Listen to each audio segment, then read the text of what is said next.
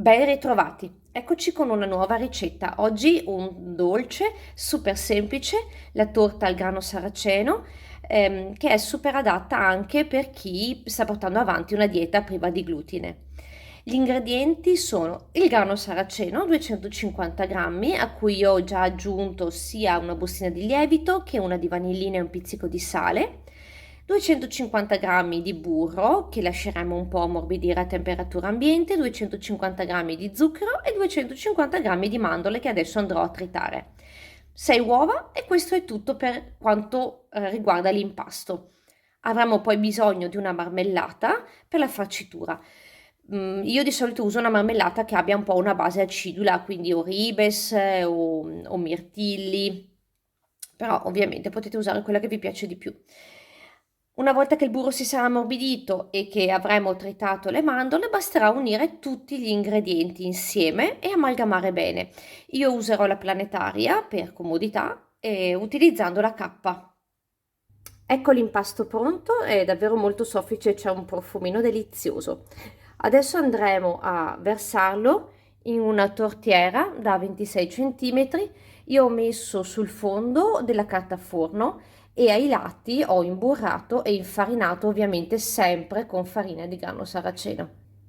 Ho anche già acceso il forno a 180 gradi ventilato. Ecco la nostra torta pronta per essere infornata. Resterà in forno per circa 45-50 minuti e poi farete la prova stuzzicadente, quindi immergendo uno stuzzicadente. Se quando esce è bello asciutto vuol dire che la torta è cotta, altrimenti se lo stuzzicadente è umido vuol dire che ha bisogno di qualche minuto in più. Ci si regola sempre un po' in base al proprio forno. Ecco sfornata la nostra torta, aspettate che sia bella fredda prima di togliere lo stampo e tagliarla a metà. Ecco la torta aperta a metà. Per aprirla mi sono ovviamente aiutata con un piatto per togliere la parte superiore e adesso andrò a farcirla con una confettura fatta in casa. Io l'ho fatta con frutti di bosco, quindi more, mirtilli, ribes, lamponi. Voi, come detto, potete usare la marmellata che più vi piace. Ed ecco la torta completata.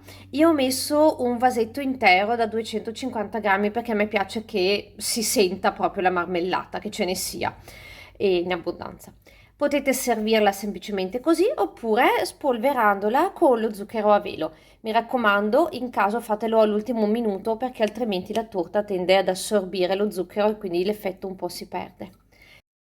Ed ecco una fetta della nostra torta al grano saraceno con marmellata. Buon appetito a tutti! E se vi è piaciuta questa ricetta ricordatevi di mettere un like sotto al video e di iscrivervi al canale.